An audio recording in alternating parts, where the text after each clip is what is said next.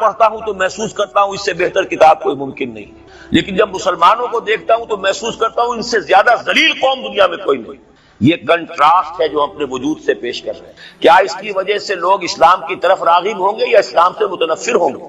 کیا ہمارا منہ ہوتا ہے ہم باہر جاتے ہیں، اسی لیے ہم تو تبلیغ، میں تو کم سے کم وہاں جا کر جو مسلمان کھوئی ہوئی بھیڑیں ہیں امت محمد صلی اللہ علیہ وسلم کی، انہی کو ریکلیم کرنے کی کوشش کرتا ہوں، جیسے کہ حضرت مسیح نے کہا تھا میں تو بنی اسرائیل کے گھرانے کی کھوئی ہوئی بھیڑوں کی تلاش میں آیا ہوں۔ میرا منہ نہیں ہے کہ میں وہاں کسی امریکن سے بات کروں، وہ یہ کہے گا تم اپنا گھر تو سنوارو، فزیشین ہیل تھائی سیلف۔ تم ایک چھوٹا سا ملک نہیں چلا سکتے، تم نے اس کا بیڑا غرق کر کے رکھ دیا ہے، تم نے اسے کورٹ آف وارڈ بنوا دیا ہے آئی ایم ایف کا۔ ہاں یہاں تو گھڑی گھڑی جو ہے قرقمین آتے ہیں آئی ایم ایف کے اور ورلڈ بینک کے قرقی کرنے کے لیے، ہر روز ایک نئی قرقی ہو رہی ہے، ہر روز جو ہے آج پھر گاڑیوں کا کرایہ بڑھ رہا ہے، بجلی کا کرایہ بڑھ، قرقی ہو رہی ہے۔ عوام کے اندر جو بھی راہسا رہ گیا اسے بھی چوسنے کا اور کشید کرنے کے لیے ایک حکومت کو گرا دو، وہ تو بدنام کر دی گئی، دوسری حکومت لے آؤ اس کے ہاتھ میں کچھ کام کروا لو، وہ بدنام ہو جائیں گے تو ان کو بھی ہٹا دینا۔ ان کا کیا کھیل ہے؟ یہ کھیل کھیلتے رہیں گے اور اس میں یہ ہے کہ اپنی قرقیاں کرتے چلے جائیں۔ یہ حال اب کیا میرا منہ ہے کہ میں جا کر وہاں بات کروں؟ تم اپنے گھر کو دیکھو، تم اپنے ملک کو دیکھو، ایک وہ ہے جنہیں تصویر بنا آتی ہے، ایک تم ہو کہ لیا اپنی بھی صورت کو بگاڑ۔ ایک ہی ساتھ تم آزاد ہوئے تھے، ہندو بھی تھے کہ نہیں تھے؟ انہوں نے اس ملک کو بنایا ہے، اپنی معیشت کو، اپنی اکانومی کو اپنی بنیادوں پر، اپنے پاؤں پر، اپنے پیروں پر کھڑا کیا ہے۔ آج جو ہے وہ ایک منی سپر پاور بن چکا ہے، اور وہ کہ ڈرتا تھا پاکستان دو طرف سے ہمیں جو ہے قابو میں کر لے گا۔ پہلے تقریباً 20 برس جو ہے ہندوستان کے، بھارت کے کانپتے ہوئے گزرے ہیں پاکستان سے، اب 30 برس سے جو صورتحال ہے وہ آپ کو معلوم ہے۔ تو صورت یہ ہے کہ جب کوئی قوم جو امت مسلمہ ہو یہ طرز عمل اختیار کرتی ہے تو عذاب اس پر آتا ہے۔ بڑی کڑوی بات ہے، آج عذاب کفار پر نہیں آ رہا، وہ تو اللہ تعالیٰ ان سے آخرت میں نمٹ لے گا، اور آخرت تو ہے ہمیشہ کی، بڑا تو عذاب تو وہی کا ہے۔ وَلَعَذَابُ الْآخِرَةِ أَكْبَرُ لَوْ كَانُوا يَعْلَمُونَ۔ دنیا میں کفار پر عذاب آتا تھا جب کوئی رسول بھیج دیا جائے، اب رسول آئے گا نہیں، ایک ایکسیپشن ہے وہ بعد میں بتاؤں گا، لیکن اب دنیا میں جو عذاب آتا ہے وہ مسلمان امت پر آتا ہے۔ اب اس کو چونکہ بات بہت کڑوی ہے، تھوڑا سا میں اس کے اندر آپ کے لیے سمجھنا، حلق سے اتارنا اس کڑوی گولی کا آسان کرنا۔ دیکھیے ہم سے پہلے بھی ایک امت مسلمہ تھی کہ نہیں تھی؟ ہماری عمر جو ہے امت مسلمہ کی حیثیت سے ابھی 1400 برس ہوئی ہے، 1417 سن ہجری چل رہا ہے نا، اس میں آپ اور حضور کی بعثت 12 برس اور، تو 1430 برس سمجھیے، اس لیے کہ اس وقت جب سے کہ وحی کا آغاز ہوا ہے، یہ ہماری کل تاریخ ہے، ابھی 1450 برس نہیں ہوئی۔ ہم سے پہلی جو امت تھی 2000 برس تک اسی مقام پر فائز رہی، وہ کون تھے؟ بنی اسرائیل، وہ موسیٰ کے امتی تھے، ہم محمد کے امتی ہیں علی نبینا علیہ الصلوۃ والسلام۔ انہیں تورات دی گئی تھی، ہمیں قرآن دیا گیا ہے۔ نبی ہونے کے اعتبار سے افضل ترین نبی، رسول ہونے کے اعتبار سے اکمل ترین رسول، کتاب ہدایت ہونے کے اعتبار سے جامع ترین کتاب، نو انسان را پیام آخری حامل او رحمت للعالمین، یہ اپنی جگہ تقابل ہے، لیکن ایک اور اعتبار سے دیکھیے عمر اس کی طویل تھی 2000 برس، ہماری ابھی 1400 برس ہوئی۔ اور دوسری بات، اس امت میں 1400 برس تک کوئی وقت ایسا نہیں گزرا کہ کوئی نبی موجود نہ ہو، سینکڑوں نبی آئے۔ شروع ہوئی ہے 1400 قبل مسیح میں، جب تورات دی گئی حضرت موسیٰ کو، اور آپ کو معلوم ہے اس وقت 2 رسول تھے، موسیٰ بھی اور ہارون بھی علیہ الصلوۃ والسلام۔ پھر حضور کی حدیث بخاری شریف میں موجود ہے، کانت بنو اسرائیل تسوسہم الانبیاء کلما ہلک نبی خلفہ نبی۔ بنی اسرائیل کی سیاست اور حکومت جو ہے انبیاء کے ہاتھ میں ہوتی تھی، جب بھی کوئی نبی فوت ہوتا تھا دوسرا نبی اس کا قائم مقام، اس کا جانشین ہو جاتا تھا، جیسے داؤد کے بیٹے سلیمان۔ آخری جو نبی آئے ان کے ہاں وہ حضرت مسیح، اور ان کے ہم عصر حضرت یحییٰ علیہ الصلوۃ والسلام۔ تو یوں سمجھیے 2 سے شروع ہوا، 2 پر ختم ہوا، موسیٰ و ہارون، عیسیٰ و یحییٰ، درمیان میں 1400 برس، اور کوئی وقت ایسا نہیں ہے جب کہ کوئی نبی موجود ہو۔ کیسی امت تھی؟ اسی لیے میں نے آپ کو بتایا قرآن مجید میں سورہ بقرہ میں 2 جگہ فرمایا ہے، یا بنی اسرائیل اذکروا نعمتی التی انعمت علیکم وانی فضلتکم علی العالمین۔ چھٹا رکوع بھی شروع ہوتا ہے اسی آیت سے سورہ بقرہ کا، اور 15واں رکوع پھر شروع ہوتا ہے اسی آیت، اے بنی اسرائیل میرے اس انعام و اکرام کو یاد کرو جو میں نے تم پر کیا، اور میں نے تو تمہیں تمام جہان والوں پر فضیلت دی تھی۔ لیکن وہی بنی اسرائیل جب ان کا طرز عمل کیا ہوا، شریعت کو پس پش ڈال دیا، نبذ فریق من الذین اوتوا الکتاب کتاب اللہ وراء ظہورہم مثل الذین حملوا التوراۃ ثم لم يحملوها كمثل الحمار يحمل اسفارا، کتاب سے ناطا توڑ لیا، بس اس کو مقدس کتاب بنا کر رکھ دیا، نہ پڑھنا نہ سمجھنا نہ اس پر عمل کرنا جیسے ہم کرتے ہیں۔ ایصال ثواب کی محفلوں میں کام آتا ہے، یا بچیوں کو وہ جہیز میں دینے کے کام آتا ہے، یا قرات کی محفلیں ہوتی ہیں، مقابلے ہوتے ہیں۔ اللہ اللہ خیر صدہ قرآن مجید سے ہمارا کیا سروکار رہ گیا ہے۔ بہایا تشترا کار جزی نیست کہ از یاسین او آساب امیری، عیاشیاں کرتے تھے، بدماشیاں کرتے تھے، غلط کام کرتے تھے، لیکن انہیں خیال یہ تھا کہ ہم چونکہ ابراہیم کی نسل سے ہیں، موسیٰ کی امت میں سے ہیں، نحن ابناء اللہ واحباؤہ، ہم تو اللہ کے بیٹوں کے مانند بڑے چہیتے ہیں۔ اسی پر اللہ نے فرمایا فَلِمَ يُعَذِّبُكُم بِذُنُوبِكُم بَلْ أَنتُم بَشَرٌ مِّمَّنْ خَلَقَ، ایسے ہی تم چہیتے اور لاڈلے ہو تو اللہ تعالیٰ تمہیں عذاب کیوں دیتا رہا ہے؟ تمہیں نیبوکڈنیزر کے ہاتھوں پٹوایا، 600 قبل مسیح میں، یوں سمجھیے تقریباً وسط میں آتا ہے یہ معاملہ، 1400 قبل مسیح میں تورات دی گئی، اور سمجھیے کہ ایک مسیحی میں حضرت مسیح آ رہی ہے 30 سن عیسوی میں، ان کے درمیان تقریباً وسط میں اشیریوں کے ہاتھوں پٹوایا اور اب بابلیوں کے ہاتھوں پٹوایا۔ بخت نصر جس کو کہتے ہیں، نیبوکڈنیزر، 6 لاکھ یہودی اس نے قتل کیے یروشلم میں، 6 لاکھ کو قیدی بنا کر لے گیا، ہیکل سلیمانی گرا دیا گیا جو کہ ان کا کعبے کے درجے میں، اور یہ کہ کوئی ایک متنفس نہیں بچا یروشلم میں، کوئی 2 اینٹیں سلامت نہیں، انہیں لے گیا بیبیلونیا میں، کیپٹیوٹی، پیریڈ آف کیپٹیوٹی۔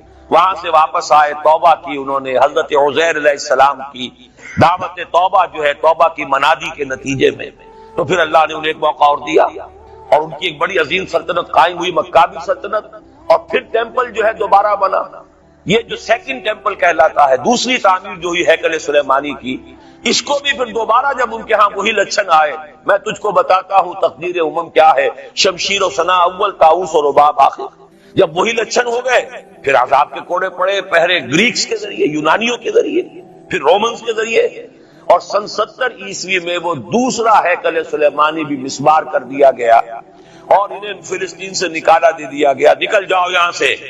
تقریباً یوں سمجھیے کہ 1917 تک، سن 70 سے 1917 تک کتنے ہو گئے؟ 1850 برس ہو گئے تقریباً، 1850 برس یہ لوگ پھر فلسطین میں داخل نہیں ہو سکے، اور وہ ہیکل سلیمانی آج تک بھی پڑا ہوا ہے منہدم، سوائے اس کی ایک دیوار کے جسے یہ ویلنگ وال کہتے ہیں، وہاں جاتے ہیں رو دھو کر آ جاتے ہیں۔ اب تو خیر ان کا قبضہ ہے، جانا آنے کا سوال نہیں رہا، ورنہ 1967 سے پہلے بھی اجازت لے کر جاتے تھے، ماتم کر کے آ جاتے تھے، اس لیے کہ یروشلم جو ہے اس پر قبضہ تو ان کا ہو گیا تھا، لیکن مشرقی علاقہ ہے وہ، اور اس پر ابھی عربوں کا زیادہ تسلط تھا، اب وہ ختم ہو رہا ہے۔ معلوم ہوا کہ وہی قوم جو ہے، جو چہیتی بھی تھی، لاڈلی بھی تھی، خیر الامم تھی، انی فضلتکم علی العالمین کا مصداق تھی، جس پر انعامات تھے، اکرام تھا، جنہیں حضرت داؤد اور سلیمان کی سی حکومتیں دی گئیں، ان سب کا معاملہ کیا ہوا؟ غلط عمل کی وجہ سے، برعکس رویے کی وجہ سے، قرآن مجید ہی میں 2 جگہ ہے تھوڑے سے لفظی فرق کے ساتھ، ضربت علیہم الذلۃ والمسکنۃ وباؤوا بغضب من اللہ، ان پر ذلت تھوپ دی گئی، ذلیل کر دیے گئے، 1850 برس تک، پہلے 150 برس تک کیپٹیوٹی میں رہے تھے، اب 1850 برس تک، جسے یہ ڈائسپورا کہتے ہیں، اس میں رہے، روتے تھے، یاد کرتے تھے اپنی فلسطین کی سرزمین کو کہ ہم وہاں سے نکالے گئے ہیں۔ وہ بھی حضرت عمر نے اجازت دی تھی جا کر، جبکہ یروشلم جو ہے ہینڈ اوور کیا ہے وہاں کے عیسائیوں نے، حضرت عمر کے حوالے کیا ہے رضی اللہ تعالیٰ عنہ، تو حضرت عمر نے انہیں آ کر زیارت کرنے کی اجازت دی، ورنہ زیارت کی اجازت بھی نہیں تھی، عیسائیوں نے روکا ہوا تھا، نو جیو کوڈ انٹر جیروشلم، اور وہ جو معاہدہ کیا تھا عیسائیوں نے حضرت عمر سے، یہ ان کی طرف سے شرط تھی کہ آپ یہاں یہودیوں کو آباد ہونے کی اجازت نہیں دیں گے، لیکن کم اینڈ وزٹ، آئیں زیارت کریں اور جائیں، لیکن یہاں آباد نہیں ہوگی۔ یہ قوم جو اونچی تھی، بڑی تھی، فضلتکم علی العالمین تھی، لیکن وہی قوم ضربت علیہم الذلۃ والمسکنۃ وباؤوا بغضب من اللہ، اللہ کے غضب کو لے کر لوٹے۔ یہ ہے اصل میں وہی معاملہ جو آج ہمارے ساتھ ہے۔ اللہ کا قانون تو غیر جانبدار ہے. وَلَن تَجِدَ لِسُنَّتِ اللَّهِ تَحْوِيلًا وَلَن تَجِدَ لِسُنَّتِ اللَّهِ تَبْدِيلًا. اللہ کا قانون قوموں اور امتوں کے لیے بدلتا نہیں. وہی صورت ہے. ہمیں بھی کہا گیا کنتم خیر امت اخرجت للناس، تم بہترین امت ہو جسے دنیا والوں کے لیے نکالا گیا. تمہارا کام کیا ہے؟ ہم تو جیتے ہیں کہ دنیا میں تیرا نام رہے. کہیں ممکن ہے کہ ساقی نہ رہے جام رہے. ہمارا کام تو تھا اس اسلام پر عمل کرے اور دنیا کو دعوت دے، اپنے عمل میں بھی گواہی دے. آؤ دیکھ لو ہم جو کچھ کہہ رہے ہیں یہ تھیوری نہیں ہے، یہ صرف لفاظی نہیں ہے، یہ شاعری نہیں ہے. اگر محمد رسول اللہ نے فرمایا صلی اللہ علیہ وسلم سید القوم خادمہم، آؤ دیکھ لو مدینے میں ہمارا خلیفہ عمر فاروق خادم ہے کہ نہیں ہے؟ کیا کوئی بادشاہ ہے؟ کیا اس نے کوئی محل بنایا ہے؟ کیا اس کے لیے کوئی خدم و حشم ہے؟ کیا اس کے لیے کوئی باڈی گارڈ ہے؟ کچھ بھی نہیں. جیسی جھونپڑیاں دوسروں کی ہیں ویسی جھونپڑا اس کا ہے. جیسے پیبند لگے ہوئے کپڑے دوسروں کے ہیں بلکہ دوسروں کے بہتر بھی ہوں گے، اس کے کپڑوں میں پیبند لگا ہوا ہے. اس کے نام سے قیصر و کسریٰ کے درباروں میں لرزہ ہے، لیکن اس کی سادگی کا عالم یہ. آؤ دیکھو، see with your own eyes, come here, see it. یہ اگر ہم کرتے اور کر سکتے، جب تک کرتے رہے تو ہم سے اونچا کوئی نہیں، اللہ کا ہم سے بڑھ کر محبوب کوئی نہیں، ہم سے زیادہ امت مرحومہ اور کوئی نہیں. لیکن جب ہم نے برعکس روش اختیار کی تو کیا ہوا؟ جیسے انہیں پٹوایا گیا تھا ایشورینس کے ہاتھوں، ہمیں پٹوایا گیا سب سے پہلے جو صلیبیوں کے ہاتھ، کروسیڈرز. کئی لاکھ مسلمان قتل ہوا کروسیڈز کے اندر. جب پہلی مرتبہ عیسائیوں نے قبضہ کیا یروشلم پر، تقریباً 90 برس 88 برس عیسائیوں کے قبضے میں رہا ہے. اب وہ دوبارہ چلا گیا یہودیوں کے قبضے میں.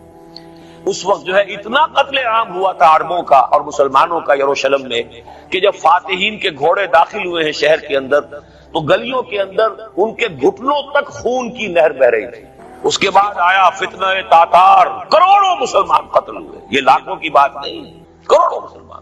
پورا روسی ترکستان کا علاقہ ختم ہوا، افغانستان ختم ہوا، ایران ختم ہوا، عراق ختم ہوا. 4 عظیم مملکت. اور آخری خلیفہ بنو عباس کا وہ کھسیٹ کر نکالا گیا اپنے محل سے، مستعصم باللہ. ویسے تو نسل تو حضور کے چچا کی نسل سے تھا، عباسی تھا، حضرت عباس رضی اللہ تعالی عنہ کی نسل سے ہے، مستعصم باللہ. لیکن اس کو گھسیٹ کر نکالا گیا جانور کی کھال کے اندر لپیٹ کر، اور تاتاریوں نے اپنے گھوڑوں کے سنوں تلے اسے کچل دیا. وہ دن اور آج کا دن پھر امت مسلمہ کی قیادت عربوں سے چھین لی. اس کے بعد اللہ نے پھر کرم فرمایا، پھر کچھ اولیاء اللہ کے ذریعے سے، کچھ صوفیاء کے ذریعے سے اتنا بڑا معجزہ ہو گیا، جیسا کہ حضرت عزیر علیہ السلام کے ذریعے سے ہوا تھا کہ یہود میں دوبارہ انابت اللہ، توبہ کا جذبہ پیدا ہو گیا. ایسے ہی کچھ صوفیاء کرام کے ذریعے سے، نیک لوگوں کے ذریعے سے، اللہ والوں کے ذریعے سے، وہی تاتاری جنہوں نے کروڑوں مسلمانوں کو قتل کیا تھا خود مسلمان ہو گئے. ہے آیا فتنہ تاتار کے افسانے سے، پاسباں مل گئے کعبے کو صنم خانے سے. پھر غلبہ ہوا، پھر ترکوں کی عظیم حکومتیں قائم ہوئی، ترکان تیموری، Terken Usmani, Terken Seljuqi, Terken صفوی. عرب تو معذول ہو گئے تھے لیکن ترکوں کی زیر قیادت گریٹ آٹومان امپائر میں قائم ہوئی. اس کے بعد پھر جب وہ ترکوں کے اندر بھی وہی بادشاہت، وہی عیاشیاں، وہی محل بن رہے ہیں، وہی جو ہے توپ کاپی محل جا کر دیکھ لیجئے، وہی عیاشیاں شروع ہو گئی، وہی اللے تللے ہو گئے، وہی ظلم شروع ہو گئے. تو پھر اللہ نے دوبارہ پھر ہمیں یورپی اقوام کے ہاتھوں ذلیل کیا. کہیں انگریزوں کے غلام، کہیں فرانسیسیوں کے غلام، کہیں اطالویوں کے غلام، کہیں ولندیزیوں کے غلام. پورا عالم اسلام اس صدی کے آغاز میں پہلی جنگ عظیم کے بعد پورا عالم اسلام غلامی میں تھا، سوائے نجد کا ایک علاقہ تھا. یہ نجد میں ابھی تیل برآمد نہیں ہوا تھا، ورنہ سب سے پہلے پنجے وہاں گڑتے، وہاں ریت میں جا کے لینا کیا تھا. باقی تو یہ ہندوستان غلام ہے، انڈونیشیا غلام ہے، سب کے سب یہ جاوا، سماٹرا، چلتے جائیے سب غلام ہیں. اس کے بعد ایران چاہے براہ راست غلامی نہیں تھی لیکن انگریزوں کے انتداب میں تھا، کنٹرول انہی کا تھا. عراق پر انگریزوں کا کنٹرول تھا. اسی طریقے سے یہ ساری جو عرب مملکتیں ہیں یہ انگریزوں کے زیر اثر تھی، اور یا یہ کہ فرانسیسیوں کے زیر اثر تھی. شمالی افریقہ یا فرانسیسیوں کا تھا یا اسپین کا تھا، اور یا یہ کہ اطالویوں کا تھا لیبیا. یہ حال ہمارا ہوا. یہ ہے اصل سبب اور یہ ہے معاملہ جس میں اب میں آخری بات اس موضوع پر کہہ دینا چاہتا ہوں. یہ پروسیس بہت جلد ایک بہت بڑی کلائمیکس کو اور بہت بڑی انتہا کو پہنچنے والا ہے. وہ انتہا کیا ہے؟ دیکھیے، میں نے جو کہا تھا کہ ایک استثناء ہے، ایک قوم ایک امت ایسی ہے کہ جس نے اپنے رسول کو رد کیا اور اسے ہلاک نہیں کیا گیا. حضرت نوح کی قوم غرق، حضرت ہود کی قوم ختم، حضرت صالح کی قوم ختم، حضرت شعیب کی قوم ختم، آل فرعون ختم. یہود وہ امت ہے کہ معزول تو ہو گئی، جیسے ہی حضور آ گئے قرآن لے کر معزول ہو گئے. جیسے کوئی ایک منصب ہے، اس منصب سے معزول کر دیے گئے، قتل نہیں کیا گیا، زندہ رکھا گیا. منصب تو اب قرآن آ گیا، محمد رسول اللہ آ گئے صلی اللہ علیہ وسلم، اور کعبے کے گرد ایک نئی امت. وَكَذَلِكَ جَعَلْنَاكُمْ أُمَّةً وَسَطًا لِتَكُونُوا شُهَدَاءَ عَلَى النَّاسِ وَيَكُونَ الرَّسُولُ عَلَيْكُمْ شَهِيدًا. اگرچہ یہ امت 600 برس قبل قتل اور ختم ہونے کی مستحق ہو چکی تھی. کیوں؟ 600 برس قبل آئے تھے حضرت مسیح علیہ السلام، اور قرآن میں بھی ہے اور موجودہ بائبل میں بھی ہے کہ حضرت مسیح کو اسرائیل ہی کی طرف بھیجا گیا. صرف سورہ آل عمران میں ہے رسولاً الی بنی اسرائیل. یہ تو صرف محمد الرسول اللہ صلی اللہ علیہ وسلم ہے جنہیں پورے عالم انسانیت کی طرف بھیجا گیا.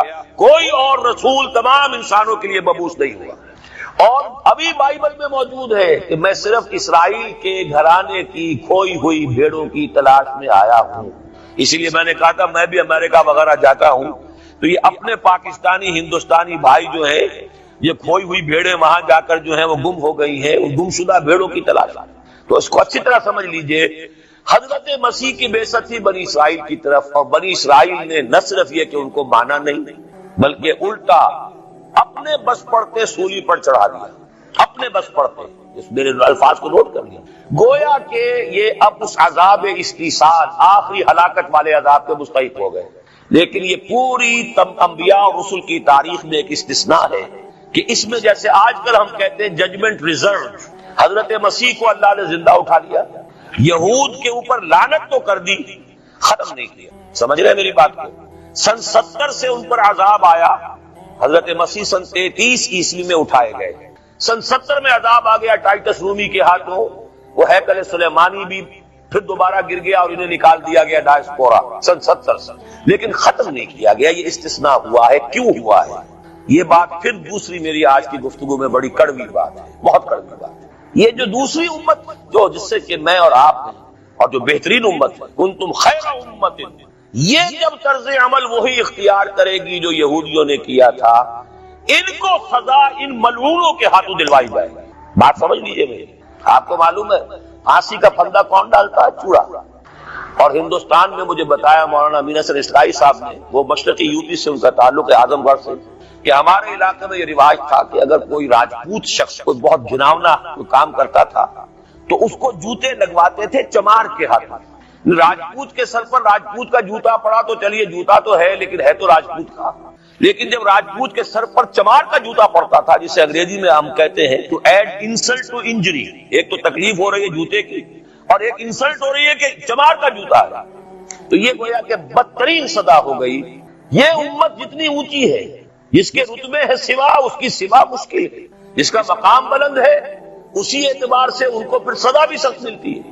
صاف فرما دیا اللہ تعالیٰ نے سورہ احزاب میں، اے نبی کی بیویوں تم عام لوگوں کی طرح نہیں ہو، لستم کاحد من النساء، لستن کاحد من النساء. اگر تم نے کوئی غلط حرکت کی دوہرا عذاب ملے گا. اور بات صحیح ہے، جن کے رتبے ہے سوا ان کی سوا مشکل ہے. اس امت کو عذاب کے کوڑے مارنے والی قوم وہ ملعون اور مغضوب علیہم قوم ہے، جس کے لیے قرآن مجید 2 دفعہ کہتا ہے ضربت علیہم الذلۃ والمسکنۃ وباءوا بغضب. اور یہ کوڑے بہت زبردست شکل میں ابھی آنے والے ہیں. میری بات اب آپ نے سمجھ لی. کیوں رکھا گیا یہود کو؟ یہ جلاد کیوں سنبھال کے رکھے گئے؟ انہیں بھی سزا دی گئی. اس صدی میں بھی ہٹلر کے ہاتھوں میں بھی 6 ملین 60 لاکھ اس نے ختم کیے. ان پر تو سزا کا سلسلہ چلتا رہا، ایکسٹرمینیٹ نہیں کیا، ختم نہیں کیا، باقی رکھا ہے. اس لیے کہ ان کو کوڑا بنا کر امت مسلمہ کی پیٹھ پر مارنا ہے کہ تمہارا رتبہ، تم محمد کے امتی صلی اللہ علیہ وسلم، ہمارے آخری رسول، ہمارے اکمل رسول، ہمارے خاتم النبیین، خیر البشر، اور ان کی امت ہو کر تمہارا حال یہ ہے. تو تم سزا کے مستحق جو ہو، وہ سزا ہے کہ جو اچھی طرح سمجھ لیجئے ہماری حال جو اس صدی کے آخر میں شروع میں ہوا تھا کہ تمام مسلمان غلام، اس غلامی کے اوپر جو مزید کوڑا تیار ہوا 1917 میں بالفور ڈیکلریشن کے ذریعے سے برطانیہ نے اجازت دے دی کہ یہودی آ سکتے ہیں، اب فلسطین میں آ کر آباد ہو سکتے ہیں، وہ مکان خرید سکتے ہیں، جائیداد خرید سکتے ہیں، زمینیں خرید سکتے ہیں۔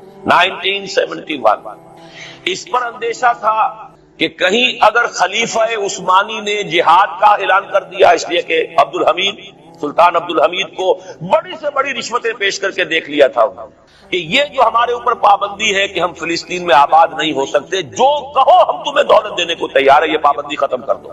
سلطان عبد الحمید ویسے جو بھی کچھ تھے چھوڑ دیجئے، لیکن یہ کہ اس نے کہا کہ جو معاہدہ عمر نے کیا تھا رضی اللہ تعالی عنہ، میں پیچھے نہیں جاؤں گا، لہذا خلافت ختم کروا دی، اور کروائی کس کے ہاتھوں؟ ایک مسلمان کے ہاتھوں، اس لیے کہ فری میسن تھا مصطفیٰ کمال پاشا، فری میسن، یہ سب یہودیوں کے ادارے۔ چاک کر دی ترک ناداں نے خلافت کی خبا، سادگی اپنوں کی دیکھ، اوروں کی عیاری بھی دیکھ۔ ہندوستان میں ہنگامہ چل رہا ہے، تحریک چل رہی ہے، مسلمان ہجرت کر رہے ہیں اور سب کچھ ہو رہا ہے، اور ہندو بھی شامل ہو رہے ہیں خلافت کی تحریک میں، لیکن اب مدعی سست گواہ چست۔ جب مصطفیٰ کمال نے خود ختم کر دی تو سب پانی پڑ گیا آگ کے اوپر، اب کیا بولیں، کس کو برا کریں؟ اس کے بعد 1948 میں ان کی ریاست قائم ہو گئی اسرائیل۔ کتنے برس بعد؟ ریاست تو خیر اس وقت بھی ان کی نہیں تھی جبکہ ٹائٹس نے ختم کیا ہے، وہ تو بہت پہلے کی بات تھی، تقریباً 2000 سال بعد اسرائیل۔ 1967 میں جنگ کروائی، اور یہ بالکل صدام کی طرح کا مسئلہ تھا۔ 1967 کی جنگ میں ایک سازش تھی، انہوں نے بطور مہرہ استعمال کیا جمال عبد الناصر کو، جس نے اچانک جو ہے ایلات کی بندرگاہ کو بلاک کر دیا 1967۔ اس پر جھپٹا مارا ہے اسرائیل نے، ادھر سے سینائی لے لیا، ادھر سے گولان ہائٹس لے لیے، ادھر سے جو ہے West Bank of Jerusalem, West Bank of Jordan لے لیا۔ یہ 67 کی بات ہے۔ پھر عالم عرب میں ایک ملک ذرا نکلنے لگا تھا کہ شاید ایک کے پاس پیسہ بہت تھا، لیبیا کے پاس، وہ مدد کر سکتا تھا کسی مسلمان ملک کی کہ وہ ایٹم بم بنا لے۔ دو ملک ایسے تھے، ایک غیر عرب، ایک عرب۔ عراقیوں کے پاس کچھ صلاحیت معلوم ہو رہی تھی کہ کچھ دانت شاید نکل آئیں، جیسے دودھ کے دانت ہوتے ہیں تو شاید ایٹمی دانت نکل آئیں، وہ برکس ان کا نکالا ہے۔ ایک دفعہ جا کر آپ کو یاد ہوگا ہوائی جہاز گئے اور سب تک تہز نہز کر کے آ گئے، اور وہ سخت جان قوم نکلی، انہوں نے پھر کچھ بنا لیا، تو پھر وہی 100 دام جال، پھر وہ 100 دام جو ہے جال کی شکل بچھا کر، اور جو پھنسایا ہے تو اگلا پچھلا کھایا پیا سارا اگلوا لیا۔ نتیجہ کیا نکلا؟ جنگ خلیج کے بعد اب عالم عرب پورا کا پورا اسرائیل کے سامنے سرنگو ہے، وہ شاہ حسن ہو یا شاہ حسین ہو، کچھ تو پہلے ہی اپنے تھے، چاہے شاہ فہد ہو اور چاہے حسنی مبارک ہو، اب رہ کون گیا؟ اس سے بڑی ذلت کوئی ہے؟ جن کے ساتھ ایک میز پر بیٹھنے کو تیار نہیں تھے، جن کے ساتھ گفتگو کو تیار نہیں تھے، اور بلا کر کہاں کھڑا کیا ہے؟ آؤ میڈرڈ میں، اسپین میں آؤ، اسپین سے شروع کروائیں گفتگو۔ اور اسپین کون سی جگہ ہے؟ مسلمانوں کا دنیا میں سب سے بڑا قبرستان، جہاں 800 برس حکومت کی اور پھر ایک ایک بچہ ختم کر دیا گیا، نام و نشان مٹا دیا گیا۔ 1492 میں فال آف گرینیڈا ہوا ہے، سقوط غرناطہ، اور 1992 میں ٹھیک 500 برس بعد یہ نیگوشیشن شروع ہوئی ہے میڈرڈ کے اندر۔ یہی وجہ ہے کہ قرآن مجید میں آپ دیکھیں گے کہ جتنا غضب اللہ کا ان پر بھڑکا ہے اس عقیدے پر، وَيُنذِرَ الَّذِينَ قَالُوا اتَّخَذَ اللَّهُ وَلَدًا، یہ قرآن نازل ہوا ہے محمد پر صلی اللہ علیہ وسلم تاکہ وہ خبردار کریں انہیں جنہوں نے یہ کہا ہے کہ اللہ نے کسی کو بیٹا بنایا۔ یہ سورہ کہف میں ہے، اور اگلی سورت سورہ مریم میں تو ایسا غضب اللہ کا ظاہر ہوتا ہے۔ وَقَالُوا اتَّخَذَ الرَّحْمَنُ وَلَدًا لَقَدْ جِئْتُمْ شَيْئًا إِدًّا تَكَادُ السَّمَاوَاتُ يَتَفَطَّرْنَ مِنْهُ وَتَنشَقُّ الْأَرْضُ وَتَخِرُّ الْجِبَالُ هَدًّا أَن دَعَوْا لِلرَّحْمَنِ وَلَدًا وَمَا يَنبَغِي لِلرَّحْمَنِ أَن يَتَّخِذَ وَلَدًا۔ انہوں نے کہا کہ رحمان نے کسی کو بیٹا بنایا۔ تم بہت بڑی گستاخی کی بات کر رہے ہو، تمہاری اس گستاخی کی وجہ سے آسمان پھٹ پڑنے کو ہے، زمین شق ہو جانے کو ہے، اور قریب ہے کہ پہاڑ ایک دھماکے کے ساتھ گر جائیں، کہ انہوں نے خدا کے لیے بیٹا تصنیف کر دیا، حالانکہ اللہ رحمان اس کی شان اس سے بہت بلند و بالا ہے کہ اس کے کوئی بیٹا۔ اس کی وجہ بھی سمجھ لیجئے کہ بیٹے کی ضرورت کسے ہوتی ہے؟ جو خود فانی ہو۔ کیوں ہے آپ کو طلب بیٹے کی؟ ہم نہ ہوگے ہمارا نام زندہ رہے گا، یہ ایک اٹرنل ہونے کی خواہش ہے، انہیرنٹ، نام چلے گا۔ اسی لیے بیٹی سے آدمی سمجھتا ہے کہ نام نہیں چلتا۔ یہ طلب جو ہے بیٹے کی کیوں ہے؟ بیٹے سے نسل چلتی ہے. اس کی ضرورت کس کو ہے؟ جو خود فانی ہے. وما ينبغي للرحمن ان يتخذ ولدا، جو خود باقی ہے ہمیشہ کے لیے، اس کو کوئی احتیاج ہے. تو آپ نے بات سمجھ لی. میں بہت مختصر بات کروں گا. اسی طریقے سے حضرت ابراہیم کی نسل سے تھے جو مکے کے لوگ اور عرب کے لوگ، بنی اسماعیل. جو موحد کامل تھا ابراہیم، جس کو اتنی مرتبہ سند ملی وما کان من المشرکین، ان کی نسل میں وہ لوگ تھے جنہوں نے فرشتوں کو خدا کی بیٹیاں بنا دیا. یہ جو ان کی دیویاں تھیں یہ مؤنث، لات، عزا، منات، یہ سب کیا مؤنث نام ہے. انہوں نے یہ کہا کہ فرشتے جو ہیں وہ خدا کی بیٹی. اصل میں عقیدہ کیسے ہوتا ہے؟ انہوں نے کہا بڑے لاڈلے ہیں، لاڈلی ہوتی ہے بیٹی بہت زیادہ، تو یہ خدا کی بیٹیاں ہیں. ہوتے ہوتے ان کا یہ عقیدہ ایسا پکا ہوا کہ بجائے استعارے کے اب انہوں نے حقیقت بنا دیا یہ خدا کی بیٹی. ان پر قرآن مجید نے کئی جگہ پر ذرا ایک لطیف انداز میں تنزیہ پیرائے میں بھی کہا ہے کہ بھائی تم نے خوب کیا، انہوں نے الاٹ کیا تو بیٹا تو کیا، تم نے اللہ کو الاٹ کی تو بیٹیاں کی جو تمہیں خود پسند نہیں. الکم البنون، تمہارے لیے بیٹے ہو، وَلَهُ الْبَنَاتُ، اور اس کے لیے بیٹیاں. تو یہ تو ذرا ایک لطیف انداز ہے، تنزیہ پیرایا ہے. لیکن ان تینوں کو اب آپ ایک جگہ کر لیجئے. بیٹا بیٹی قرار دینے کا شرک یہ کیا ہے؟ شرک فی الذات، ہر اعتبار سے اللہ کا مثل بنا دینا، ہم کف بنا دینا، ہم پلہ بنا دینا، ذات میں شریک کر دینا. یہ بدترین شرک ہے. یہی وجہ ہے دیکھیے قرآن مجید کی عظیم ترین سورت کون سی ہے؟ سورہ اخلاص، وہ 1/3 قرآن کے مساوی حضور نے قرار دیا، جس کو ثلث سے قرآن کے مساوی، وہ در حقیقت اسی شرک کی نفی پر ہے. قل هو اللہ احد اللہ الصمد لم یلد ولم یولد ولم یکن له کفوا احد. یہی آیا اس میں سورہ بنی اسرائیل کی آیت آخری میں نے سنائی تھی، وَقُلِ الْحَمْدُ لِلَّهِ الَّذِي لَمْ يَتَّخِذْ وَلَدًا. کہو کہ کل شکر اور کل تعریف اس اللہ کے لیے جس نے کسی کو اپنا بیٹا بیٹی نہیں بنایا. ولد دونوں پر جاتا ہے، اولاد جیسے آپ کہتے ہیں، اولاد بیٹا بیٹی شریک ہوتے ہیں، نہ اس کا کوئی بیٹا نہ اس کی کوئی بیٹی، نہ وہ جنا گیا نہ اس نے کوئی جنا. ایک قسم تو یہ ہوئی شرک فی الذات کی. دوسری قسم کیا ہے؟ یہ ان مذاہب میں ہوئی ہے جو نبیوں اور رسولوں کی طرف نسبت نہیں رکھتے بلکہ فلسفیانہ مذاہب ہیں. ہندوستان کے اکثر مذاہب فلسفیانہ ہیں. فلسفیانہ مذاہب میں یہ شرک فی الذات کس شکل میں پیدا ہوا؟ 2 شکلیں پیدا ہوئی، ایک ہماؤست اور ایک حلول. حلول کیا ہے؟ اللہ نے کسی انسان کے اندر اپنے آپ کو حل کر دیا، انسانی شکل میں وہ خود ظاہر ہو گیا. اوتار کا عقیدہ، انگلش میں گاڈ انکارنیٹ. عیسائیوں میں بھی حضرت مسیح کو گاڈ انکارنیٹ بھی قرار دیا جاتا ہے. خود خدا نے یہ شکل اختیار کر لی. رام چندر جی ہوں، کرشن جی مہاراج ہوں، کیا ہے؟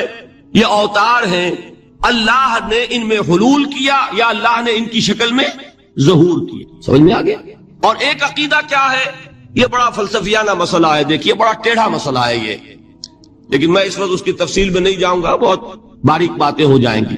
مسئلہ کیا ہے کہ اگر خدا کو مان لیں تو پھر سوال یہ ہے کہ خدا نے اس کائنات کو کیسے پیدا کیا. یہ ایک سوال آتا ہے ذہن میں، جس کے نہیں آتا وہ کہے گا پاگل پن ہے، خامخواہ اس پر کیوں سوچتے ہیں. لیکن جس کے ذہن میں سوال آ گیا اس کے لیے بڑی مصیبت ہو جاتی. وہ تو سوچتا ہے، انسان کا اختیار نہیں ہوتا اپنے ذہن پر. وہ لاکھ رو کے اسے مت سوچو، وہ اور سوچے گا. یہ مصیبت ہے فلسفیوں کی. کیسے پیدا کیا؟ اب ایک تصور تو یہ ہے کہ جیسے یہ میز ہے، بڑھئی نے بنایا اس کو، بڑھئی علیحدہ ہے، میز علیحدہ ہے. لیکن اس میں یہ بات ماننی پڑے گی کہ پہلے کوئی چیز تھی جس سے میز بنائی. لکڑی تو تھی نا، اس سے میز بنائی. لہذا ہندوؤں میں ایک عقیدہ یہ ہے کہ خدا بھی قدیم، مادہ بھی قدیم. خدا نے اس مادے سے یہ شے بنا دی، مادے سے یہ بنا دی. وہی مٹی کی تغاری ہوتی ہے، کمہار اس سے کوئی رکابی بنا دیتا ہے، کوئی وہ ہنڈیا بنا دیتا ہے، کوئی گھڑا بنا دیتا ہے. مٹی تو ہے نا پہلے. تو مادہ بھی قدیم، خدا بھی قدیم، اور مادے سے خدا نے یہ شکلیں بنا. ٹھیک، یہ بھی سنویت ہو گئی، توحید تو ختم ہو گئی. تو جن لوگوں کا ذہن تھا توحیدی لیکن اس مسئلے میں الجھ گئے، انہوں نے ایک اور شکل تجویز کی کہ خدا خود ہی اس شکل میں تبدیل ہو گیا. کیسے؟ جیسے برف پگھلتی ہے تو پانی بن جاتا ہے. پانی کہاں سے آیا؟ برف سے. اب کوئی پوچھے برف کہاں ہے؟ بھائی یہی پانی ہے، یہی برف ہے یا نہیں؟ اسی پانی کو آگ کے اوپر آپ نے رکھ دیا، وہ بھاپ بن گئی. اب آپ کہیں برف کہاں ہے، پانی کہاں ہے؟ یہی بھاپ جو ہے یہی در حقیقت پانی ہے، یہی بھاپ جو ہے یہی برف ہے. یہ ہے وہ ہماؤس پینتھیزم جس کو انگریزی میں کہتے ہیں، کہ خود خدا نے روپ دھار لیا اس کائنات کا. یہ 2 فلسفے ہیں. کیا ہے یہ؟ بدترین شرک۔ پہلی اگر شکل ہے تو وہ انسان خدا قرار پا گیا، جس کو اوتار مانا وہ خدا ہو گیا کہ نہیں؟ اور دوسری شکل میں تو ہر چیز ہی خدا ہے، یہ بھی خدا، یہ بھی خدا، پتھر بھی خدا، درخت بھی خدا، ہر چیز خدا۔ اس لیے کہ وہ برف پگھلی ہے تو پانی بنا ہے، وہ پانی چاہے زیر زمین آ رہا ہے، وہ پانی چاہے زمین کے اوپر دریا کی شکل میں آ رہا ہے یا زمین میں سوتے چل رہے ہیں، پانی تو وہی برف ہے جو پہاڑوں پر ہمالیہ پر پڑا ہوا، وہی پگھل رہا ہے، یہ کچھ بن رہا۔ یہ ہے شرک فی الذات کی دوسری قسم جو دنیا میں رہی، پینتھیزم اور انکارنیشن، یا حلول اور ہماؤس۔ سمجھ میں آگے؟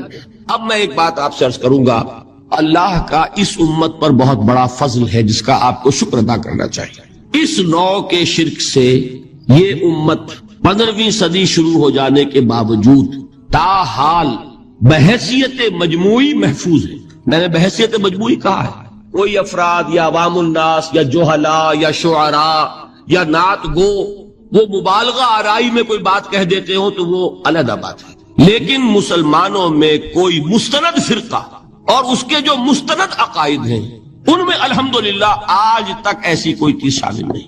اس کا جب آپ تقابل کریں گے نا، آپ کا کیا خیال ہے عیسائیوں کو حضرت مسیح سے کتنی محبت تھی؟ اس کا تقابل کیجئے جو محبت مسلمانوں کو رہی حضور کے ساتھ، عیسائیوں کی محبت عشر عشیر نہیں بنے گی۔ اس محبت کے باوجود کہ ہمیں 10 گنا 100 گنا 1000 گنا زیادہ محبت ہے حضور کے ساتھ، لیکن دیکھیے کہ انہوں نے خدا کا بیٹا بنا دیا۔ یہاں کسی نے حضور کے بارے میں یہ بات آج تک کہی؟ یہ بہت بڑا کنٹراسٹ ہے نا۔ یہ در حقیقت عقیدت اور محبت کا غلو ہوتا ہے، تو عقیدت اور محبت کی کمی تو یہاں بھی نہیں، الحمدللہ ان سے زائد ہے، لیکن الحمدللہ ثم الحمدللہ ثم الحمدللہ خدا کا بیٹا تو کسی نے نہیں بنایا۔ اچھا میں ایک اور کنٹراسٹ آپ کو دکھاتا ہوں تاکہ آپ اللہ کا شکر کریں۔ حضرت علی کی کیا نسبت ہے حضور کے ساتھ؟ نبی اور امتی۔ حضرت علی کو خدا کہنے والے پیدا ہوئے کہ نہیں؟ بتائیے نا، کیا وجہ ہے کہ علی کو خدا کہنے والے پیدا ہوئے لیکن محمد کو خدا کہنے والا پیدا نہیں ہوئے صلی اللہ علیہ وسلم ورضی اللہ تعالی عنہ؟ بہت اہم بات ہے، غور کیجیے گا۔ حالانکہ حضرت علی کا رتبہ کہاں، حضور کا کہاں؟ آج بھی آپ دیکھیے آپ کے جاہل عوام کے زبان پر نعرہ یا علی مدد کا ہوتا ہے، یا محمد مدد کسی نے کہا آج تک؟ یہ یا محمد لکھنے کے کام آتا ہے، صرف وہ مسجد پہ لکھ دو تاکہ پتہ چل جائے یہ فلاں فرقے کی مسجد ہے، دوسرا خود ہی بھاگ جائے وہاں سے۔ یہ صرف کس کام کے لیے ہے؟ باقی جہاں اصل میدان میں بات آتی ہے کوئی نعرہ لگاتا ہے یا محمد مدد، محمد کا رتبہ اونچا یا علی کا، تو ان سے کیوں نہیں مدد مانگی؟ یہ سوالات آپ کے سامنے رکھ رہا ہوں میں۔ پھر یہ کہ جس طریقے سے کہ غوث اعظم کو پکارا جاتا ہے، کیا محمد کو پکارا جاتا ہے؟ کیا نسبت ہے؟ حضرت علی تو پھر بھی صحابی ہے، خلیفہ چہارم ہے، حضور کے چچا داد بھائی ہے، داماد ہے، غوث اعظم تو بہرحال وہ نسبت تو نہیں ہے۔ دیکھیے میں اس کا تعلق جوڑتا ہوں ختم نبوت سے۔ جس طرح اللہ نے خصوصی حفاظت فرمائی ہے قرآن کی، اسی طرح خصوصی حفاظت فرمائی ہے محمد الرسول اللہ۔ یہ اسپیشل پروٹیکشن ہے، ورنہ نہیں ہو سکتی تھی۔ یہ خصوصی تحفظ ہے اللہ کا۔ یہاں بگاڑ پیدا ہو جائے تو صحیح کون کرے گا؟ حضرت مسیح کی اصل حقیقت تو حضور نے آگے بتا دی، ذالک عیسی ابن مریم قول الحق الذی فیہ یمترون ما کان للہ ان یتخذ ولدا سبحانہ۔ یہ حضور نے آ کر حضرت مسیح کی حقیقت بیان کر دی کہ نہیں؟ سورہ مریم کی یہ آیات سنی تھی نجاشی رحمت اللہ علیہ نے جب حضرت جعفر ابن ابی طالب کی زبان سے، تو کیا کہا تھا تنکا اٹھا کر، خدا کی قسم جو ان آیات میں مسیح کا مقام بیان ہوا ہے مسیح اس سے تنکا بھر بھی زیادہ نہیں ہے۔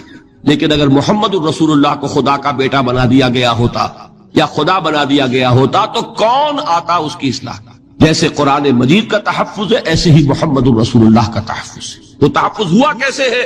جتنا قرآن مجید نے ایمفیسائز کیا حضور کی بشریت کو، قل انما انا بشر مثلکم، اے نبی ان کو بتاتے رہیے، بار بار بتائیے کہ مجھے کچھ اور نہ بنا لینا، میں بھی بشر ہوں، انسان ہوں۔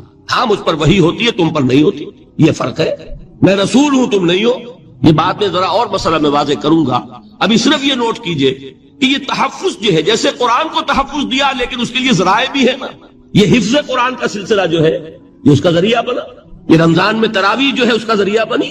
ہمارے ملکوں کے اندر تو حفاظ کو مسجدیں نہیں ملتی، تلاش کرتے پھرتے ہیں، اور ایک جیسا کہ اینول جشن ہوتا ہے قرآن مجید کا، ہر حافظ اپنا حفظ تازہ کر رہا ہے، حفاظ لگے ہوئے ایک دوسرے کے ساتھ تازہ کرنے میں، یہ ذریعہ ہے اللہ تعالیٰ نے کہ جس کے ذریعے سے قرآن کو محفوظ کیا. تو حضور کو جو حفاظت دی اس کا ایک طریقہ کیا ہوا؟ قرآن مجید میں حضور کی بشریت کا نمایاں کرنا، اور دوسرا یہ کہ خود حضور نے ایسی باریک بینی سے روکا. یہ بھی آپ کو پسند نہیں تھا کہ میں آؤں تو تم کھڑے ہو جاؤ. سنا کہ نہیں سنا آپ نے؟ صحابہ کو آپ روکتے تھے. ایک صحابی کی زبان سے نکل گیا ما شاء اللہ و ما شئت، جو اللہ چاہے اور جو آپ چاہیں، فوراً ٹوک دیا اجعلتنی للہ ندًا، کیا تم نے مجھے خدا کا مد مقابل بنا دیا؟ مشیت صرف اس کی ہے. یہ روک ٹوک یہ وہ چیزیں ہیں کہ جس کی بنا پر اللہ نے تحفظ عطا. یہ جو آپ نے فرمایا میری قبر کو کسی جلسے اور جشن کا مرکز نہ بنا لینا، فرمایا کہ نہیں فرمایا؟ اللہ تعالیٰ لعنت فرمائے بنی اسرائیل پر کہ انہوں نے اپنے نبیوں کی قبروں کو تو میلہ گاہ بنا لیا. یہ ساری وہ ہیں، یہ تحفظات ہیں، یہ بچاؤ ہے. یہ امت کو متنبہ کیا جا رہا ہے کہ محبت اور عقیدت کا غلو جیسے پہلے ہوا، یا اہل الکتاب لا تغلو فی دینکم، اے کتاب والو اپنے دین میں غلو سے کام نہ. یہ غلو محبت، غلو عقیدت ہے جس کی بنا پر وہ خدا کے بیٹے بنا دیے گئے. اور اگر وہ ہوتا یہاں اللہ کا نہ معلوم اللہ کے برابر کس طریقے سے حضور کو بنا دیا جاتا. لیکن قرآن نے خود حضور نے اس کی پیش بندی کی، جس کا ظہور ہم دیکھ رہے ہیں کہ اللہ کے فضل و کرم سے یہ امت تا حال بحیثیت مجموعی محفوظ ہے. البتہ دیکھیے شاعروں کی باتیں اور ہوتی ہیں، اور عوام کی اور واعظوں کی اور نعت گوؤں کی باتیں جو ہے وہ اور ہے. میں جس چیز کی نفی کر رہا ہوں وہ علماء کی بات ہے. شاعروں کا تو قرآن مجید کے اندر خود ہی بھاڑا پھوڑ دیا اللہ نے. والشعراء يتبعهم الغاوون الم تر انہم فی کل واد یہیمون انہم یقولون ما لا یفعلون. مبالغہ نہ کریں تو شعر میں رنگ ہی پیدا نہیں ہوتا. پھر شعر کائے کو کہنا ہے نظر کہو بھائی. مبالغے سے اس میں ایک تاثیر ہے. وہ مبالغے ہمارے شاعروں نے ہمارے نعت گاؤں نے کیے ہیں، اور اس میں اللہ تعالیٰ انہیں معاف کرے بالکل اوتار کر الفاظ بھی استعمال کر دیے. وہی جو مستوی عرش تھا خدا ہو کر اتر پڑا وہ مدینے میں مصطفیٰ ہو کر. بتائیے رام چندر جی کے بارے میں جو عقیدہ ہے، اب کیا فرق رہ گیا؟ بال برابر فرق ہے یا کوئی؟ اور نقطے پیدا کرتے ہیں. مدینے کی مسجد میں ممبر کے اوپر بغیر عین کا ایک عرب ہم نے دیکھا. کیا سمجھ میں آیا؟ عرب میں سے عین نکالا، کیا بنا؟ یہ نقطہ آفرینی ہے. اسی طریقے سے ہماری شاعری میں کچھ ہماؤست کا رنگ بھی پیدا ہو گیا. خود کوزاؤ خود کوزا کرو خود گلے کوزا، خود رندے صبو کش، خود برسر آکوزا خریدار بے آمد بشکست و رواں شد. وہ خود ہی کوزا ہے، خود ہی مٹی ہے جس سے کوزا بنا ہے، خود ہی کوزے کا بنانے والا ہے. سمجھ رہے ہیں؟ الفاظ تو بڑے پیارے ہیں، بڑے مزیدار ہیں، آدمی ایک دفعہ وجد میں آ جاتا ہے. لیکن ہے کیا؟ وہی ہے نا کہ وہی جو برف تھا پگھل کر پانی بن گیا. خود کوزاؤ خود کوزا کرو خود گلے کوزا خود رندے صبو کش.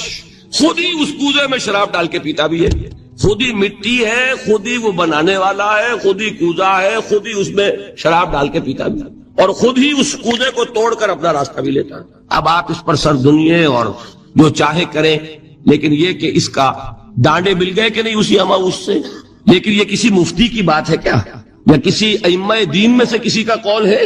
بھائی شاعروں کی باتیں سن لیا کریں، اللہ اللہ خیر سن. ان چیزوں کا بہت زیادہ سختی کے ساتھ نوٹس بھی لینے کا کوئی فائدہ نہیں ہوتا. بات وہ ہونی چاہیے کہ جو علماء کہہ رہے ہیں مستند عقائد جو ان کی کتابوں میں درج ہیں ان سے بات ہونی چاہیے. تو یہ چیزیں یہ گمراہیاں آئی ہیں، لیکن الحمدللہ ثم الحمدللہ کہ یہ عوام میں ہے، جہلاء میں ہے، شعراء میں، نعت گوؤں میں ہے. یہ کسی بھی مستند دینی فرقے کے مستند علماء میں ہم کہاں موجود. البتہ ایک مسئلہ جو ہے نور اور بشر کا وہ ذرا تھوڑا سا میں حل کر دوں. آج آپ سمجھتے ہوں گے لا ینحل ہے. میں نے جس طرح کہا تھا کہ امام بخاری کا قول بھی 100% درست اور امام ابو حنیفہ کا بھی 100% درست ثابت کیا کہ نہیں، اسی طرح میں کہتا ہوں جو حضور کو بشر کہتے ہیں وہ بھی 100% درست، جو حضور کو نور کہتے ہیں وہ بھی 100% درست. مطلب کیا ہے؟ دیکھیے ہر انسان کے وجود کے دو حصے میں نے پہلے دن شاید کچھ بیان کیا تھا. ایک خاکی وجود اور اینیمل بینگ جو حیوان ہے ہمارا، ایک وہ روح ربانی جو اس میں پھونکی گئی. آدم میں جب وہ روح پھونکی گئی تب وہ مسجود ملائک بنے. فَإِذَا سَوَّيْتُهُ وَنَفَخْتُ فِيهِ مِن رُوحِي فَقَعُوا لَهُ سَاجِدِينَ. دو جگہ آئے تھے قرآن مجید میں ایک شوشے کے فرق کے بغیر، سورہ حجر اور سورہ صاد. جب میں اس کو پوری طرح تیار کر لوں اور اس میں اپنی روح میں سے پھونک دوں تو گر پڑنا اس کے سامنے سجدے. ہمارا جو خاکی وجود ہے وہ ظلمانی ہے، اور جو ہمارا روحانی وجود ہے وہ نورانی ہے. اس کی نسبت کس سے ہے؟ اللہ سے. بات سمجھ میں آئی؟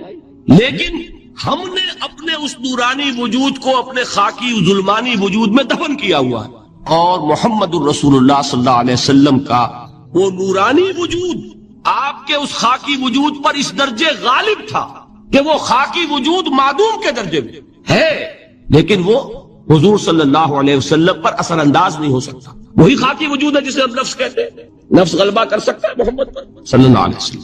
حضور کی شخصیت کی نورانیت نے آپ کی شخصیت کے خاکی وجود کا احاطہ کیا ہوا. ہماری شخصیت کی ظلمانیت نے ہماری اس نورانیت کو گل کیا ہوا، دفن کیا ہوا، چھپایا ہوا. بس یہ فرق ہے. انہیں آپ کہہ لیں نور، صحیح ہے، ان کی نورانیت غالب. یہی بات ہے جو حضور نے اس طرح سمجھائی. دیکھو ہر انسان کے ساتھ ایک شیطان ہوتا ہے. اب کسی صحابی نے بڑی جرت سے کام لیا، پوچھ لیا حضور کہ آپ کے ساتھ بھی ہے؟ ہر انسان کے ساتھ جو کہا نا، تو انسان تو ہے آپ بھی، کیونکہ آپ کے ساتھ بھی ہے. آپ نے فرمایا ہے، لیکن میں نے اسے مسلمان کر رکھا. بات ختم ہو گئی. نفی نہیں ہے، وہ میرے تابع ہے، میرا مطیع ہے، مجھے غضب نہیں پہنچا سکتا. ہے تو صحیح، لیکن نہ ہونے کے درجے میں آ گیا کہ نہیں. یہ ہے فرق سارا. اور میں یہاں پہ کوٹ کرنا چاہتا ہوں ایک بہت بڑے بریلوی مکتب فکر کے عالم دین صاحبزادہ، نام میرے ذہن سے ایک دم اتر گیا، فیض الحسن.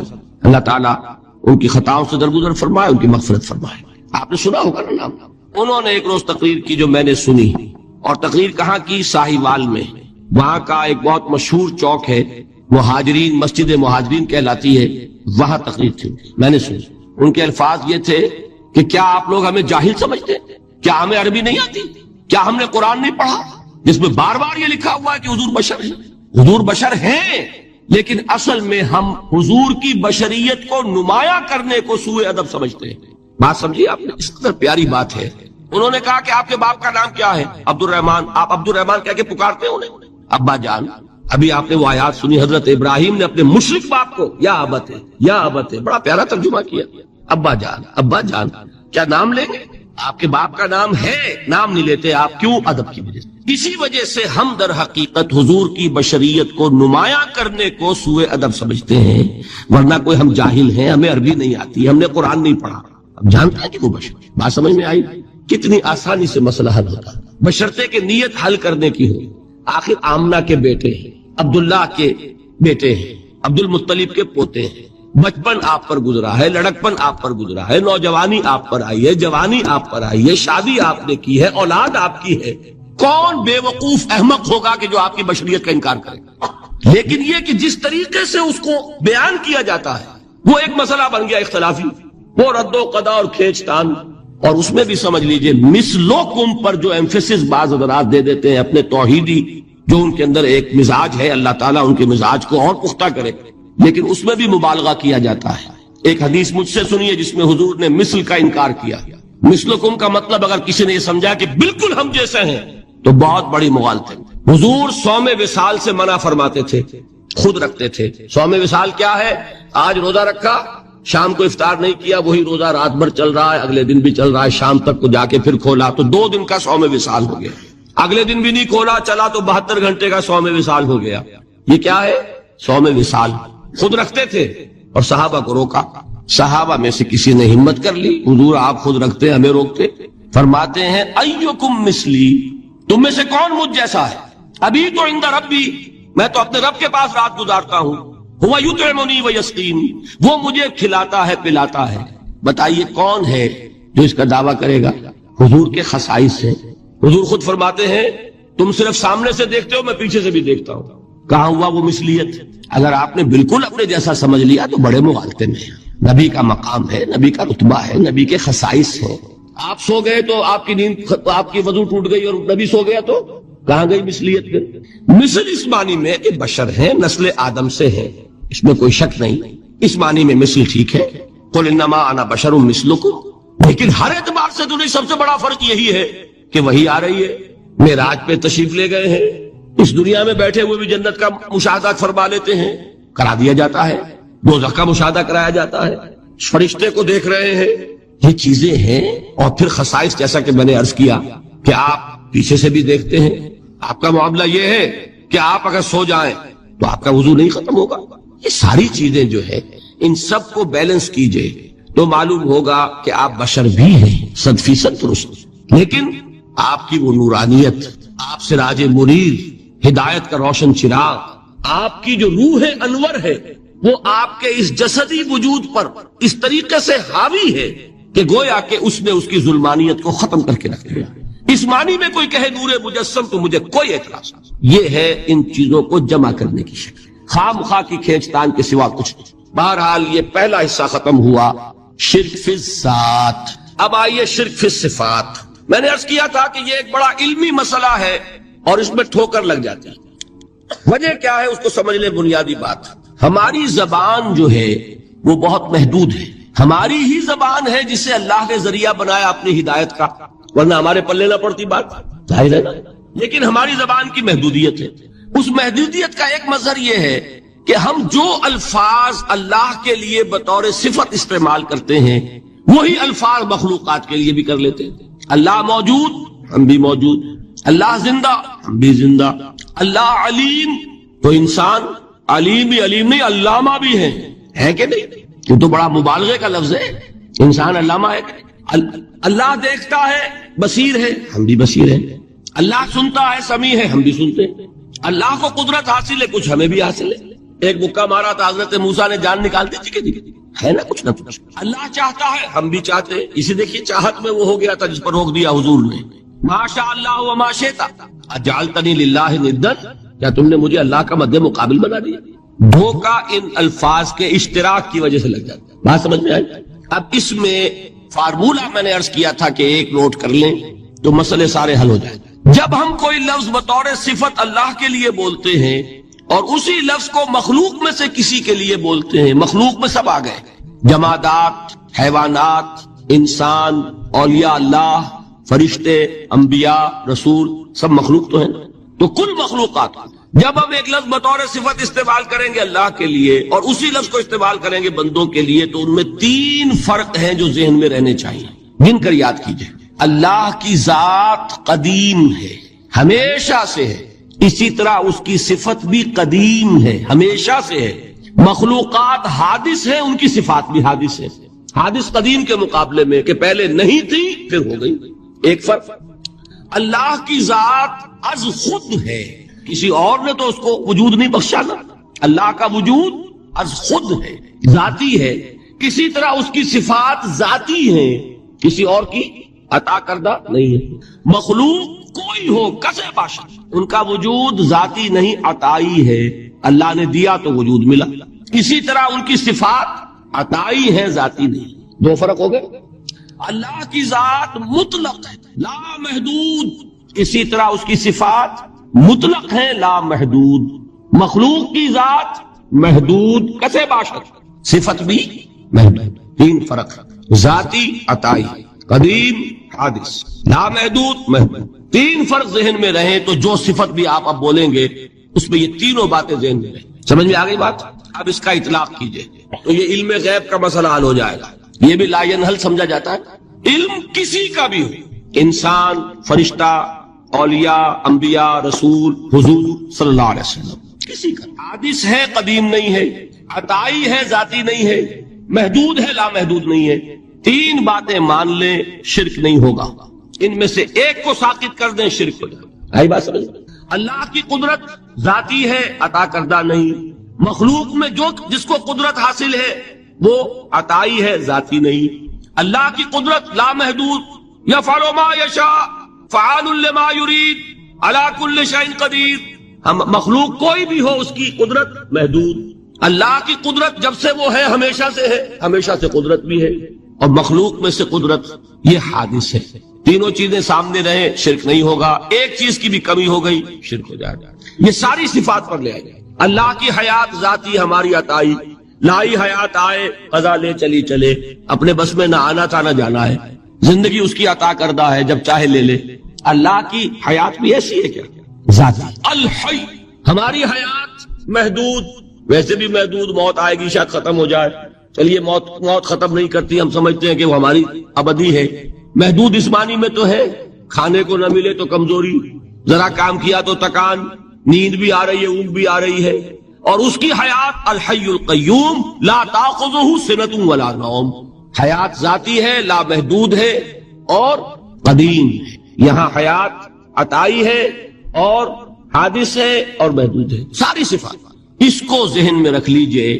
تو اب دو مسئلے میں یہاں حل کر دوں۔ جو لوگ کہتے ہیں حضور کو علم غیب نہیں تھا اور جو کہتے ہیں تھا، بدقسمتی سے دونوں نے ڈیفینیشن علیحدہ کر لی۔ جو ڈیفینیشن نفی کرنے والوں نے کی ہے اس کی وجہ سے، اس کے اعتبار سے واقعتاً نہیں تھا۔ انہوں نے ڈیفینیشن یہ کی ہے، تعریف یہ کی ہے، وہ علم جو خود حاصل ہو جائے، اللہ کا عطا کردہ علم جو ہے وہ کہتے ہیں وہ غیب نہیں ہے۔ تو وہ بھی مانتے ہیں کہ ہر علم جو حضور کو حاصل ہے وہ اللہ کا عطا کردہ۔ میں صاحب عالم میں یہ سارے مرحلے میں نے طے کیے نا اپنے زمانہ طالب علمی میں۔ مولانا منظور احمد شاہ صاحب ہیں ساہیوال میں ایک، میں ان کے پاس حاضر ہوا۔ میں نے کہا جی یہ مسئلہ کیا ہے علم غیب کا، مجھے ذرا سمجھائے۔ انہوں نے ایک کتاب اپنی نکالی کہ دیکھیے صاحب، ہم حضور کے علم کے بارے میں یہ باتیں مانتے ہیں۔ حضور کا علم حادث ہے، قدیم نہیں ہے۔ حضور کا علم محدود ہے، لا محدود نہیں ہے۔ حضور کا علم عطا کردہ ہے، ذاتی نہیں ہے۔ میں نے کہا یہ تین باتیں اگر آپ مان لیں تو میرا تو جھگڑا کوئی نہیں آپ سے۔ ہوتا کیا ہے جب آئیں گے وعظ میں، خطابت میں، تو عالم ما کان وما یکون، اب الفاظ وہ استعمال کر جائیں گے۔ ایک واعظ ہے، عام مقرر ہے، واہ واہ ہوتی ہی نہیں، نعرے لگتے ہی نہیں، محفل میں گرمی آتی نہیں جب تک کہ ایسے مبالغے نہ کریں۔ لیکن وہ چیز لکھی ہوئی ان کے ہاں ہے کہ حضور کا علم حادث ہے، قدیم نہیں ہے۔ حضور کا علم محدود ہے، لا محدود نہیں ہے۔ حضور کا علم عطائی ہے، ذاتی نہیں ہے۔ ان تینوں چیزوں کے بعد کوئی بڑے سے بڑا وہابی اور بڑے سے بڑا اہل حدیث بھی انکار نہیں کرتا۔ باقی یہ بات جان لیجئے کہ غیب اور حضور یا شہادہ یہ در حقیقت عام انسانوں کے اعتبار سے الفاظ استعمال ہوئے۔ جب قرآن میں کہا جاتا ہے عالم الغیب والشہادہ، اللہ غیب اور جو ظاہر ہے یا موجود ہے سب کا جاننے والا ہے، تو مجھے بتائیے اللہ کے لیے کوئی غیب ہے؟ اللہ کے لیے کوئی شے غیب ہے؟ تو کیوں کہا جا رہا ہے عالم الغیب والشہادہ؟ وہ ہمارے اعتبار سے کہا جا رہا ہے۔ جو تمہارے لیے غیب ہے اللہ اس کو بھی جانتا ہے، اور جو تمہارے سامنے اللہ اسے بھی جانتا ہے۔ اللہ کے لیے تو کل شہادہ ہے، کسی شے کا لا یعزب عنہ مثقال ذرۃ فی السماوات والارض، آسمانوں اور زمین کا ایک ذرہ بھی اس سے غائب نہیں ہوتا۔ غیب کا وجود کیا اللہ کے؟ تو یہ الفاظ مستعمل ہے ریلیٹو ہمارے اعتبار سے، اور ہمارے اعتبار سے جو شے غیب ہے اس میں سے ایک حصہ اللہ دیتا ہے نبی کو، تبھی تو نبی بنا۔ فرشتے کو دیکھا، فرشتہ ہمارے لیے غیب ہے۔ جنت دکھائی کہ نہیں دکھائی، ہمارے لیے غیب ہے کہ نہیں ہے۔ دوزخ کا مشاہدہ کرایا کہ نہیں کرایا، ہمارے لیے وہ غیب ہے کہ نہیں ہے۔ جو چیزیں ہمارے لیے غیب ہیں انہی کے پردے اللہ کچھ اٹھاتا ہے، کل غیب نہیں۔ کل غیب کا علم ہو جائے گا تو وہ شرک ہو جائے گا۔ کل کا لفظ جہاں آیا شرک ہوا۔ جب آپ کہہ رہے ہیں محدود ہے، لا محدود نہیں ہے، تو کل کا لفظ استعمال نہیں کر سکتے۔ لیکن غیب میں سے کچھ علم دیا گیا تبھی تو نبی بنا، ورنہ میرے اور نبی میں فرق کیا ہوا پھر؟ البتہ یہ کہ وہ غیب کا علم ہو یا حاضر کا علم ہو، سائنٹیفک نالج ہو یا وحی کا علم ہو، کوئی بھی علم ہو، آیت الکرسی کے الفاظ نوٹ کیجئے، یعلم ما فی السماوات و ما فی الارض، وہ جانتا ہے ولا یحیطون بشیء من علمہ الا بما شاء، مخلوق میں سے کوئی بھی اس کے علم میں سے احاطہ نہیں کر سکتا مگر جتنا وہ چاہے۔ اب یہ بات علیحدہ ہے کہ ہم کون ہے طے کرنے والے کہ ناپے بیٹھ کر کے اللہ نے ابراہیم کو کتنا علم دیا، ہم ناپ سکتے ہیں؟ عیسیٰ کو کتنا دیا ہم جان سکتے ہیں؟ تو ابراہیم کا، موسیٰ کا، عیسیٰ کا نہیں ناپ سکتے تو محمد الرسول اللہ کا کہاں ناپیں گے؟ یہ پاگل پن ہے، یہ ہے جو غلطی ہوتی ہے۔ ہم کون ہے طے کرنے والے؟ اللہ نے اپنے نبی کو دیا جو دیا، بات ختم۔ کل نہیں کہیں گے، کل کہا شرک ہو جائے گا، ذاتی کہا شرک ہو جائے گا۔ عطائی ہے، جو دیا اللہ نے دیا، اور کل نہیں دیا، جتنا چاہا دیا، ہے حادث، قدیم نہیں۔ تینوں چیزوں مان لیجئے تو شرک کا کوئی شائبہ نہیں۔ باقی جہاں ایک طرف قرآن میں وہ آیات ہیں کہ اللہ کے غیب کو کوئی نہیں جانتا،